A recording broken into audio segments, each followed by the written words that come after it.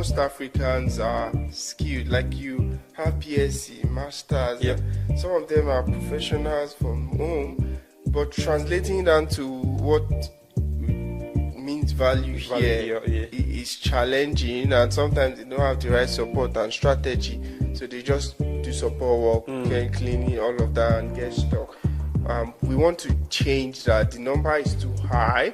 70% of jobs are actually not advertised. Attend events, network with people, network online, be in the circle of the kind of industry space that you want to get opportunity in. If you want to be a president, you need to go study a bit of be in the space where political discussion is happening, right? You can't just sit in your house and just, I'm going to be you have to do something, make movement, right? Recruiters spend 6 seconds on resume. There's a 6-second test.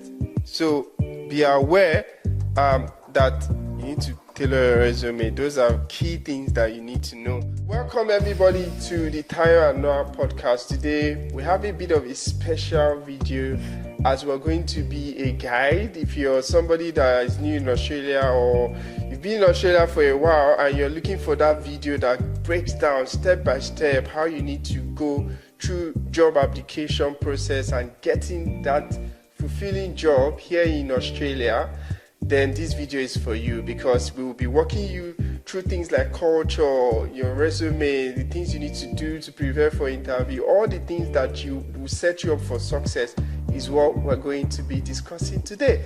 And I've got an amazing guest. He's been here in one of our episodes. If you've not caught up, please check that out. His name is Freeman. Yeah, man. Lovely to have you on board today. Thank you so much for having me again. I actually enjoyed the first video that we did. Absolutely. And today it's a value-packed video, because we're not just going to be sharing generic information that you can find anywhere online. We're going to be sharing practical steps from your unique experience and mine. But can you give a bit of introduction? Oh yeah, I'm just Freeman, and I'm a student. I moved to Australia 2 years ago, so I do work part-time, and then I'm a student here, almost finishing my studies. And I'm actually very happy to be here, because from my experience, this is a very important topic that you don't really get information out there when you come as a freshman in Australia. So when you brought up this idea to work on this project, I was very, very excited, because I know somebody out there, somebody in Nigeria, Ghana, Kenya, who is yet to come to Australia is going to benefit from this video one day. Yeah, absolutely. And even people that are here, would get a ton of value. From my own experience, as a career coach, helping, I think last month was when I spoke to my 1,000 person. Congrats, man. I can't imagine 1,000 people. Checking, over the years, checking the CRM, I'm like, all the interactions, the calls, the ones that I can even document, right? Basically, it's a lot. And gathering those insights, because we help people get into high-paying jobs like business analysis, Scrum Master, project managers, people who are immigrant and are marginalized, systemic issues have prevented them from I think you are doing more than the African Union. Flat out. But it's been an incredible journey, leading that initiative for the past 3 months through Sync Skills. So that's why I'm really pumped, because I know a lot of people are going to get a lot of value here. So let's quickly dive into it. Let's start from work culture. So we've got a couple of points we've penned down that we want to touch on. The first one, understanding the work culture. Now, you are about 2 years here in Australia. So what is the difference between work culture in Ghana versus Australia in your view? So the work culture, it's very different, but my case is an isolated one, because my very first company that I worked for in Ghana was an Australian company. The work culture sort of mimicked whatever that happens in Australia in terms of safety, rules and regulations, and pay, like salary coming on time. It mimicked Australia. But that being said, the work culture, the Ghanaian culture, still found its way to, like sip into whatever that was happening in the company. So Yeah. there was, for instance, I was an HSE officer in charge of health and safety on site. Yeah. And there was a day that I was going around for inspection, and I saw a man of about 55 years old, he was welding without safety goggles or no helmet. And I met him. I'm like, do you know what you are doing could actually bring? And he was like, yeah. So he had to kneel down to beg me Not to lose his job. not to lose his job. I think he was telling me, I have kids, I have 5 kids, and if you let me go. If he was in Australia, that was a straight fire. No explanation. That's the culture. But in Ghana, imagine your dad, 55 years old, and I was about 24, 25 years by then. So those are some of the differences. You still find the African culture or the Ghanaian culture where you have to respect your elders or sipping in, but that doesn't happen here in Australia so far with whatever that I've been doing. And in Ghana, the work culture, I think it moves from work to home. So most of my work friends were my friends' home. We go out to eat and all of that. But what I realized there was you go to work and then you do what you have to do. You come back home and you mind your business. You always have to mind your business a lot. You have to mind your business. I think some people have been lucky. Let us know if you've been lucky and your work buddy is now your like very close friend. I don't have like that relationship as well. People just do their stuff and that. For me, from Nigerian perspective, there's always that hierarchical especially for growing companies that I had the experience working in. The managers, supervisors, all of that. There's a lot of Mr. This, Sir This, how you refer to people. But here in Australia, what I struggled with initially, it was even from the UK when I went there, like everybody like, call me John, call me James. I'm like, you are old enough to be my dad. How am I going to bring myself to say John? Now, obviously, from a respectful, I'm from Yoruba tribe. We're very respectful. I would now these days even I'd say I can say John, but my head is still like, what are you doing? And then the other thing that is also different is punctuality. So sometimes I'm in a meeting, back home basically. So people can be 2 minutes late to a meeting and they don't apologize. They're like, 5 minutes late to a meeting. They just go, that's fine. Some do, some may not. But here in Australia, if you're late to a meeting, you're saying in the chat or you're informing people, sorry, I'm going to be 2 minutes late, I'm going to be 5 minutes now, all those things. Talking about African time. So it was really like eye-opening that if I'm 1 minute late, I've got to like apologize. It's just courtesy. I think it's really good. Did you have that in Ghana as well?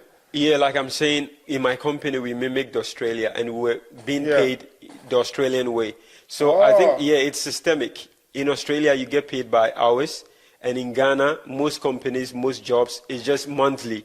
So your hours don't really count. Yeah. So if you are being paid by hours, then if you are 2 minutes late, that's like 58 minutes that you are coming to work. Wow. So you have to apologize for that 2 minutes because you'll be paid. Yeah, but it's not that way. Yeah. That's another very important point because the time is, most jobs is paid per hour, per time, which is what I want to get people away from my mission. Like, people should not trade their time for money. This environment, time is money, that's what, but it's your value that should be money, and that's the mindset we're trying to get. But it's not to say that we should not be a professional. I understand that when you say a meeting is 1, get there before 1 and make sure that you are punctual. So that I've adjusted. You go for a meeting and stuff. And some of the people I work with overseas, they're Australian, 5 minutes, and where's everybody? Where's everybody? And it's like, it's strange to me now because now I've adopted the culture here where people are on time, and really important. So if you're new to the country, understand this work culture because I tell you, we're going to share 3 things that you would do that Australia would not like you, would not like to work with you. So stay with us in this video. Now, very quickly, let's turn our attention to the next point, which is, so I'm new in the country, a couple of weeks and I'm looking for a job, what are the essential setup, like a few things that you need to have? Right, first one, like for example, TFN. Yep. Right, what was your experience setting up TFN? Yeah, it was pretty smooth. And one thing I do is I like to network. So even before I came to Australia, I had already networked with a lot of people who were here, who were like very ready to help me like get into the system. So I got my TFN, my super, the very first night that I came to Australia. I set up everything. Wow. Yeah, the very first day that I arrived here. That's proactive. Yeah, but if you don't know who is going to lead you, or if you're not really proactive, then you struggle. But I tell you, it's not really much work. You need your TFN, you need your super. TFN, tax file number, because obviously the government has to take part of it. It's non-negotiable. They have to take it. So that TFN, and then you get your super where you'll be saving, company will be saving to help you and all of that. Yeah, so I think those are the basic stuff. And you need your photo ID too. I don't know. Yeah. Did you have your photo ID? It depends. Which, you mean the international? No, so it's like a Queensland ID where you have your age on it, you have your... so it depends on the type of job. For my own job, I didn't need anything other than your TFN, your super. And if you don't have your super, the job would say, oh yeah, you can share link or resource to help you create the account. So it's not a big deal. But TFN, you need to create it, like you said. And what else? Yeah, passport, all of those kind of things suffice. So I think three very important things: TFN, the super, and in my case, the photo ID for most people who weren't really in your job industry. Yeah, and I think that for some other jobs, maybe where you're looking after elderly, or some states have specific IDs, like working with children card, like blue card and yellow card. Some of other things that you need to. So this depends on the type of job that you are trying to get. You may need to have that as well. Now, for people that are not really familiar with super, why that is important, we had something in Nigeria, or we have something in Nigeria called pension. Yeah. Right, so pension account, and the idea is don't eat all your all your money now. For people that are being reckless, the government is trying to safeguard you, so you have a savings that you can use when you retire. So that's the idea of super as well. So every employer is mandated to pay, I think, 11.5% of your salary into your super automatically. So it's a statutory thing mandated by law. I was at a friend's place last 2 weeks, and this discussion came up about super. And somebody gave an explanation that really resonated with me. It actually made a lot of sense that if you leave people to manage their own money, then people will be 65 years and they'll have nothing in their account. And they'll come back to the government like, we need, housing, we need this and all of that. So I think it's very, very important to have this super and stuff. It is, because trust me, even in Australia, there was a stat I stumbled upon one time that people that have businesses, a lot of people have small businesses, and sometimes they don't actually focus on paying their super. And now they get to a point where maybe they can't work anymore. They find out they don't have any savings. They have to wait for... It's risky. It is risky, but if you are working, right, automatically, to avoid that, the employer by law needs to pay your super. It's not up to you to go and do it. You just create the account, give them the super you want, and it is done, right? And if it's not done, please follow up with your employer. But people that run the risk are small business owners that maybe, they are not mandated. You run your business, so take care of your super. You need to focus on that so you don't get to 60 and then you're like... And also, since we have this opportunity, I'll just chip this in. I think the other people who are at a risk of not getting their super paid are immigrant, like Africans who working on farms and all of that. So I'm currently working on a project with Multicultural Australia, and those are some of the issues that come up. So the person just came up, cash in hand, and they don't get their super paid. So imagine working there for 10 good years with no super. Because there's not a lot of education around that, right? Yeah, The that's true. importance of having that. Because I even did a video the other day and I talked about this, right? Because I said, as somebody that's come here, when I was like 29 when I came here, so I've been working like 20 years, of course, overseas. Yeah. My pension back home is not really relevant anymore, right? Because it's in Naira and it's even like very useless in my mind. So here, I'm kind of playing catch up. Do you get what I mean? Yeah. So I started working and my super is like zero. So I don't know if you know the stat. I read the stat the other day, and an average Australian of my age had about money, and I'm like, whoa, God. because some of them have been working for a while. Yeah. Like, imagine if you were here in your like 19, 20, yeah. and you're already paying super. At least there's a super calculator, by the way. I think you can check Money Smart. You would find information there about how to calculate what you should have in your super balance based on your age. Obviously, we've just come here not too long, so our super is like way behind. Yeah, we are chasing. Yeah, you're chasing, but no pressures. The key thing is just be aware that you've got to pay your super. You've got to like monitor it as well. And the other point is also like some people, their employer pays it, but they don't even check like what is he doing, what type of category, because there are different ways that the super company invests those money. Okay. So there's the low risk people that they want to keep it safe. There's the medium risk and high risk. If you're young, you can give instruction to your super to take more risk. High risk, high reward, right? Yeah. You're young. It's not like you withdraw your. By the way, you can't withdraw your super till like you're like, I think 65 or so. Yeah. Right. So if you're young, I think not everybody, but you have more risk appetite to invest in a high growth vehicle that compound before you retire, because the difference between high growth investment option and low or medium one is a lot when you think about compounding. Yeah. But let's focus. Let's not talk about. But it's really important, guys. So take care of those information. So let's talk about resume and your resume game, basically. This is what actually positions you to get a job. Yeah. And so many people fumble this part of the process and get frustrated, and they just do any type. They become desperate. All sorts of things happen.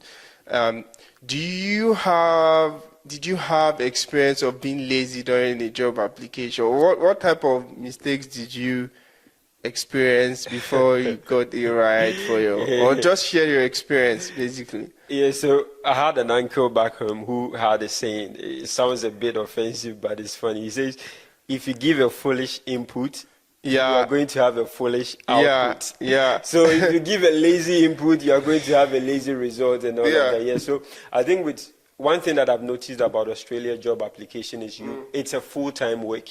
You have to invest a lot into it. Don't just play around it like, I'm just trying, they might call me. No, you need to tailor the resume to whatever that they are looking for. Yeah. And fine, you may consult AI or other stuff, but you need to still come back and use your human mind to work. So I had a friend who mostly uses AI to, sort of revamp his CV, and then he sends it to the job. And now this time, AI revamped the CV, but kept details of the previous job that he applied in that thing. And he didn't even have time to read. So you're applying for a job as an environmental officer, and your CV is talking about some fish market job that you were doing and all of that. And straight away, that's sad. Yeah, if any employer or HR sees it, straight away tell them that you are not serious. You may not even pass the ATS. Yeah, that's a really solid example you've shared there, really, because what we've seen, I talk about this a couple of times as well. First, tailoring the resume is very important, like you mentioned. I'll quickly move to the next one. You need to invest time. Look at the job description. What are they looking for? Like the analogy we always say, even if you take a specific role, business analyst. Yes, thousands of jobs are hiring for business analysts, but even though it's a similar roles and responsibility, they don't all want the same thing. So you've got to tailor your resume to what each job wants. That is the only way they're going to say, oh, you're speaking to our pain, then we want to talk to you potentially. But if you just use a lazy approach where people just use one generic resume and apply to 50, 500 jobs, yes, you may be lucky to get one or two calls, but most of the time you're just going to get that dreaded, unfortunately. So the other thing is you need to use exact language from the job ad. You mentioned AI, very key, very useful, but AI makes mistakes. So right now, you've got to still use your human, look at it, readability. Is it just packing keywords in there without context, without value? So all of those things people just miss. They just probably, oh, ChatGPT, write me, and then use it to apply. Those are mistakes. You need to tailor it a lot. You need to also address, there's something called the selection criteria. Have you seen that before in any job? Oh, no, you probably have to walk me through. Yeah, selection criteria is like some key things that the employer are looking for in that candidate, right?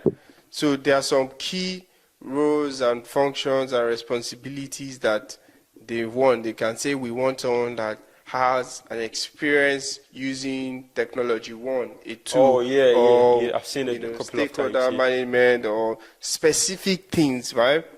Or we want somebody that has worked with a specific tools, techniques, industry.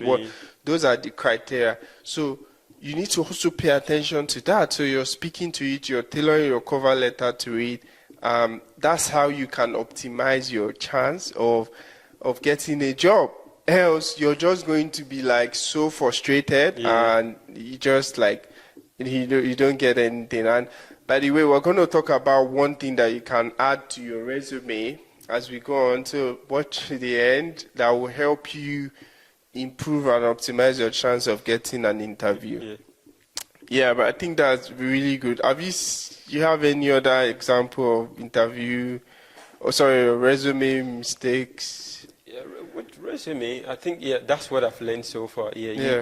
Like we are saying, it's not an easy task. It's very difficult. It's draining and all of that. But look, at the end of the day, you need that job. You need it. So you need to go in like very hard. You need to give your very best. What is your view on cover letter? Do you like to do cover letter or not? To be honest, I enjoy the cover letter more than the CV. I enjoy rewriting the cover letter, because CV feels redundant, but cover letter is like an opportunity for me to tell myself to somebody new that I've met. So it's interesting. This is me. This is what I do.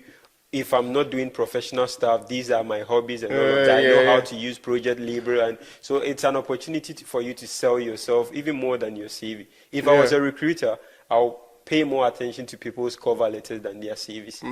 That's interesting, because there's always the debate, like cover letters are useless, they're pointless. I think they are pointless in my view. It's like extra level of stress. But like you said, it presents you an opportunity to pitch yourself. That's the best way to use the cover letter. Like now I've put all those things on my resume to match your job ad. However, this is my pitch, my cover letter to say, here is why I am the best candidate for this job. Here is what I've done. Here is what I'm passionate about. Here are the results that I'm getting, that I've gotten, that will add value to you. You do that, it gives you a leg ahead of just the generic stuff. Because sometimes in your resume, for Australian format resume, they don't want it to be too long. 1 or 2 pages is done. You may run out of room to put all your experience. So cover letter is an opportunity for you to, to showcase all the other extra things that you didn't have time to put, or you didn't have the chance to put into your resume. Showcase it, pitch yourself, and I think that is always like good.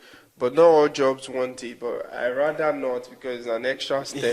But if you go extra mile, you get extraordinary results, right? Yeah. And imagine there's a job, they didn't ask for a cover letter, but you have gone ahead and gone to put that extra, more like you're bragging about all the good things you're doing. For instance, you mentioned on your CV that you are proactive. Yeah. If you do something like that, then it's confirming to the employer that you're actually proactive. Exactly. And by the way, don't just put a buzzword. We're going to talk about, don't just put a buzzword in your resume, right? Which is what one thing was saying. Don't just put a buzzword in your resume like you just given a proactive, I'm a problem solver, right? And some people will say, I am hardworking, I'm dedicated, I'm motivated. I'm responsible for managing project. Those are just talks. Yeah. But change it to something like, I led a 3-person team to deliver. Yeah, something empirical and measurable. Yeah, measurable, right? I led a 3-person team to deliver 120K CRM migration within 6 weeks, right? Improving customer process or customer response time by 25%. Yeah. Up from before was less than 10% response. Yeah. You know, that's like measurable. They are seeing the tangible outcome. They see the project you worked on. They see the duration. Yeah. It's clear in their mind than just say, I'm hardworking, dedicated, and... what are you hardworking at? And you see so many people, I review CV a lot, so I see that a lot. I'm like, no, make it measurable. No, what do you mean by percentage here without baseline? What... You know, those things are very, very important. If you put that in your resume, and it's a game-changing opportunity for you. And one more thing to cap this part is that there are times where a recruiter will call you to screen you on the phone first before the main interview. Have you received any of those calls? Yeah, I think twice or maybe more than that. Yeah? Yeah, and... what was your experience? It feels like it's not an interview, yeah, but it's an interview. So in my case, I think the first one was they were giving me the opportunity to select a time that works for me and works for them so that we could have the interview. Yeah. So like it depends on how you manage it really well for it to fit their time and then also fit your time. Yeah. And if you just go about it, okay, I'm going to give you a call at 5 p.m. to tell you my availability. And at 5 p.m., you don't tell them the time that you're going to be available. That is actually an interview that you failed before the main interview. Yeah, that's why I always frown. Some people just use some tools and they just apply in mass. Yeah. So they can't track whatever job they're applying to. Now, when they call them, they are taken aback, like who is calling this and that, or they think it's just a phone call and they jinx the opportunity. Yeah, that's true. The mindset is when an interviewer calls you on phone, they are screening you as an interviewer as well. They want to know if you're even a fit for the job you applied to. So if you get those calls, you've got to wake up and literally saying, I had a student that she gave testimony, right? She was like, a recruiter called me and I was literally sleeping. And I woke up from the sleep. And I went into my pitch. We have the elevator pitch framework that, she had practiced it so much. It's now second nature. So much that even when she was half asleep, she could still deliver.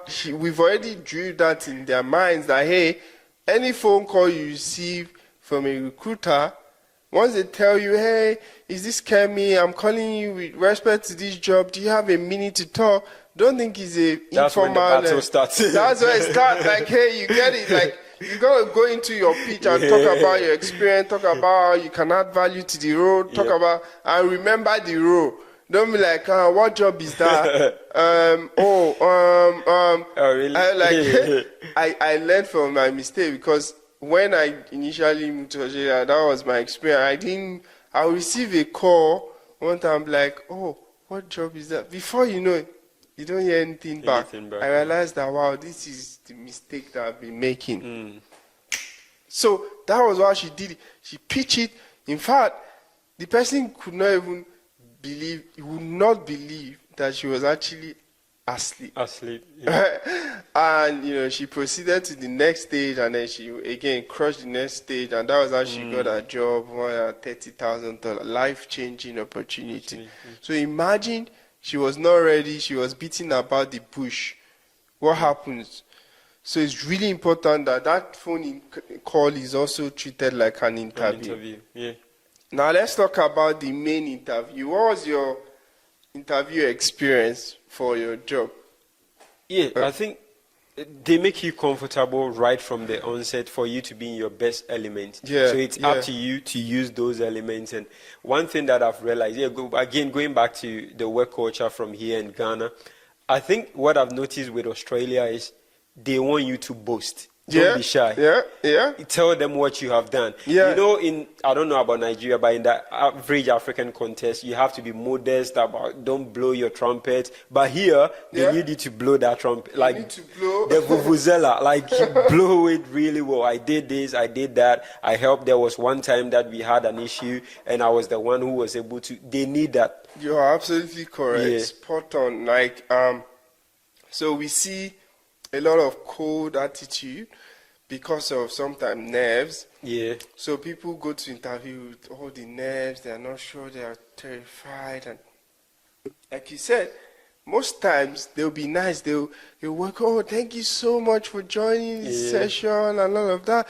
Don't kill the energy by giving one word answer like, thank you for you can't even ask how are they doing. How is that?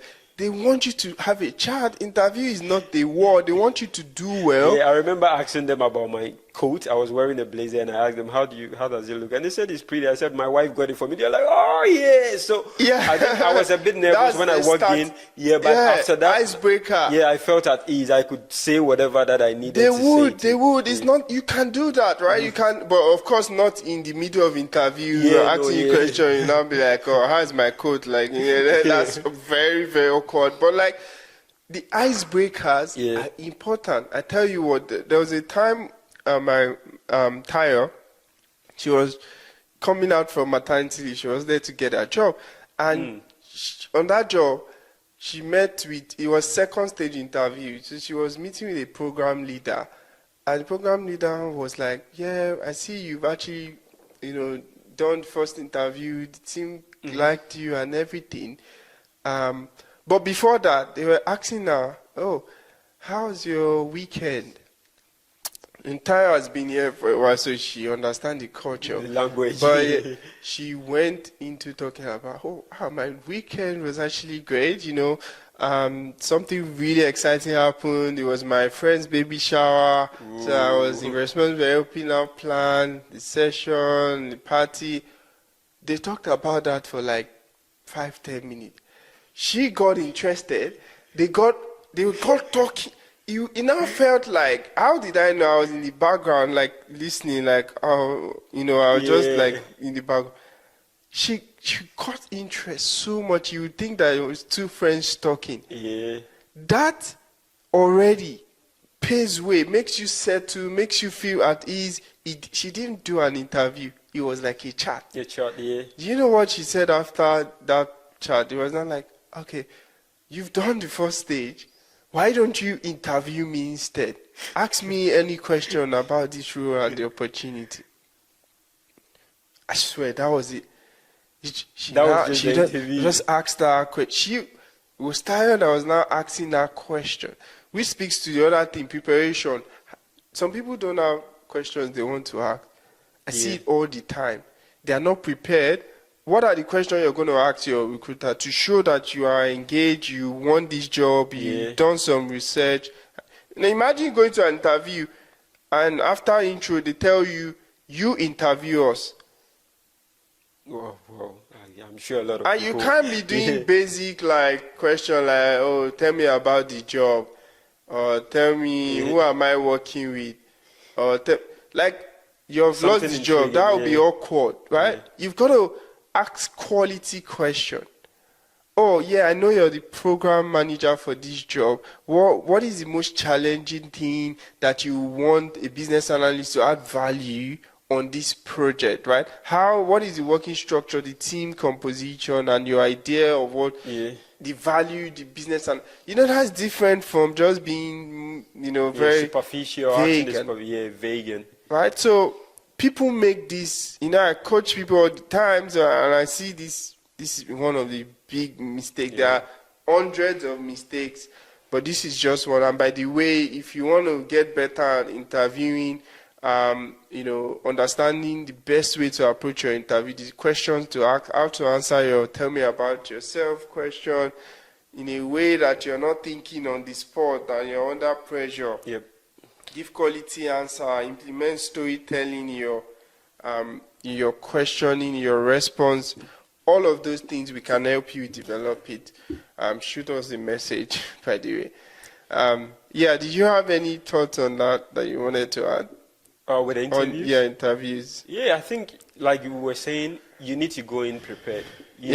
Treat it as a battlefield, but you need to be at ease before the battle starts. I mean, you are not going to fight and all of that, but you need to take it very serious.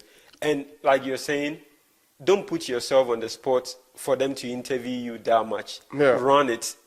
You have to run the show. But if you go and you're nervous and you don't take charge of the whole place, then you are really going to be run over. Brilliant. Let's talk about salary. I know people, some of them don't know, especially if you're new in the country, you don't actually know or have an idea of what is the average salary that you can get for. I'll start for me all the time. I get questions like, business analyst, experienced business analyst, what should I be looking at for in terms of salary? For us, we say we want experience. We coach you for experienced business analyst role, and you can get anywhere from $100,000 to $160,000, right? As long as you're skilled and you've got the experience. Those key things must be true to be able to command that range. Averagely, our students get 120,000, 130, 140, 150,000. But junior roles, you can earn like 60, 70, 80, depending on the organization. So if you've got like 5 years experience, 4 years experience, you can get anywhere from like 120 to 160 for business analyst role, for project management, for Scrum Master, change manager, all of those no-code roles. For developers, it's still around that range, 100K, 120K, depending again on your experience. Some dev can earn 200K. This is dollars you're talking about?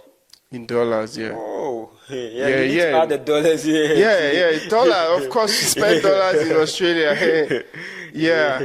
Oh no, I'm not talking about CD and Naira. No, dollars. What's your thoughts on the type of jobs that you're familiar with here in Australia? What's the range? To be honest, this is how I like to answer my questions. I actually should have been a doctor, and if I was a doctor, I would spend a lot of time on one patient because I like to treat the root, the foundation. Coming from an African perspective as an immigrant, I think most of us, I don't know about, again, I can't speak for Kenyans, Nigerians, but most Africans that I've met have a problem with negotiating. Because back home, when you were growing up, you don't even get to speak much to people who are, in authority, parents and all of that. And that's when negotiations start.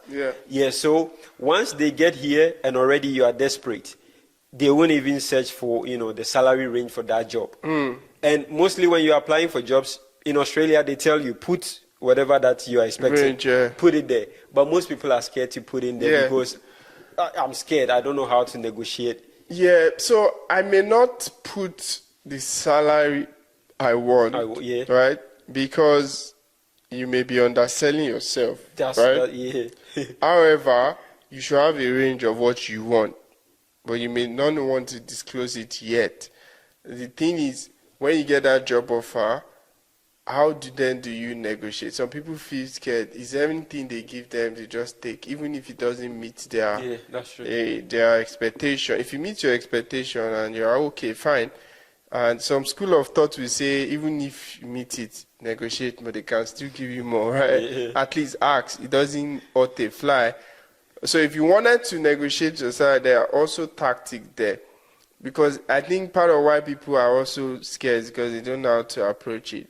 Yeah. For example, one of our students got a job and it was 90,000. And I'm like always frowning from people not earning up to 100,000, like at least 6 figure. That's why we say I'm a 6 figure coach. I want to make sure you build skills to the level that you're worth that. Yep. Right? So, and she was like, the company said they don't want to pay 100,000 6 figure for the role. I'm like, no. We're gonna negotiate it. So you present your value. Lead by value. You're not just going to say, so can you pay this? Can you pay? Yeah, the company said they don't want to pay more than that. No, like that's not the way, right? You're going to phrase it in phrasing. Looking at this job, bro, looking at my skill set and the experience I bring to this role, right? I think that looking at market trend and all, and my precedent, the salary I've earned for, I think it will be a fair reflection to pay XYZ, $100,000. Is it something the company is willing to do? Right? Is there any wiggle room? That's a better framing than just say, sorry, please just, I say sorry a lot again. Australians don't say, oh, you're all right. But just have your negotiating tactic. Don't be scared to negotiate, especially when you're bringing value. It's a two-way thing. The employer wants you. That's why they've given you an offer letter. That means they are trusting you can do the job. If it does not meet your expectation, don't be scared to shoot them a message or call them. The worst thing is they will say, no, we can't increase it. And then you take the offer, you walk away. Yeah, and you know the surprising thing, they bumped it up to 100K, and after working for like 6 months, she got a managerial role. Whoa. Yeah. So she might have missed out if she didn't go, if she did not negotiate right, she would have gotten 90K, and then maybe she's unhappy, she's not making enough, and she leaves the job before she can even get to that point. So it's really, really important. So final point here, I want to talk about, just to wrap everything. For us, we always say that, when you come here, strategy is important, right? You need strategy, you need plan. You were proactive, you're already speaking to people to position yourself, to know about the industry, the market, the job trend. For us, we say don't come to this country and fall into the loop of, it's only survival job I can do, it's only care work you can do, it's only support work, it's only factory work, cleaning job, this Uber that you can do. There are lots of opportunity as long as you have the skills, the experience, and the strategy. And if you want to explore no-code opportunities, AI, digital marketing programs, can reach out to us, and we're able to help you, get started. What are your closing thoughts for anyone? Yeah, so like you were saying, when you get into this country as a freshman, you need a strategy. Yeah, and you should get a network, not just any network, people who are aligned to your goals and all of that. I mean, it's okay to do any job, but it's not okay to remain there remain in that particular job for a long time. You should have a goal and you should stick to it. When I first had my first interview, I didn't even get a job, but in my class, we had Africans there who celebrated me because none of them were applying to those kind of jobs. So even though I had an interview, I didn't get a job, but they were still, they called you, you went there, and trust me, 3 of them currently are done with uni, and they have professional jobs. Wow. Some are earning 90,000, 95, which is good for studies and all of that. So you just need to go for it. Yeah, we need to go for it. Absolutely. Some quick facts for you. Over 65% of immigrants are working below their skill job. That is an incredibly high number we want to change that. It is not good, especially when you think about it. Like most Africans are skilled. Like you have BSc, masters. Yep. Some of them are professionals from home, but translating down to what means value here is challenging, and sometimes they don't have the right support and strategy, so they just do support work, cleaning, all of that, and get stuck. We want to change that. The number is too high. 70% of jobs are actually not advertised, and because as immigrants, our network is not large enough, it's not big enough. So sometimes we are locked out, and we are not exposed to those opportunities. So I encourage you, attend events, network with people, network online, be in the circle of the kind of industry space that you want to get opportunity in. Like proximity is power, right? That's true. If you want to be a president, you need to go study a bit of be in the space where political discussion is happening, right? You can't just sit in your house and just I'm going to be you have to do something, make movement, right? Recruiters spend 6 seconds on resume. There's a 6-second test. So be aware that you need to tailor your resume. Those are key things that you need to know. Also, many recruiters in Australia, they want local work experience, Australia experience. There are strategies to overcome that. You can do volunteering, mentorship, reach out to professionals and let them hold you and show you. If you need help with any of that and you want to explore high growth career, again, reach out to you. But we'll cap this episode here. If you got value, please share with your friends and check out Yo Freeman on Yo YouTube. Freeman, it's actually 3 months old. Absolutely great content there. Lovely to have you, and thank you for doing this. Thank you so much. All right, thank you everyone, and we'll see you next time. Definitely.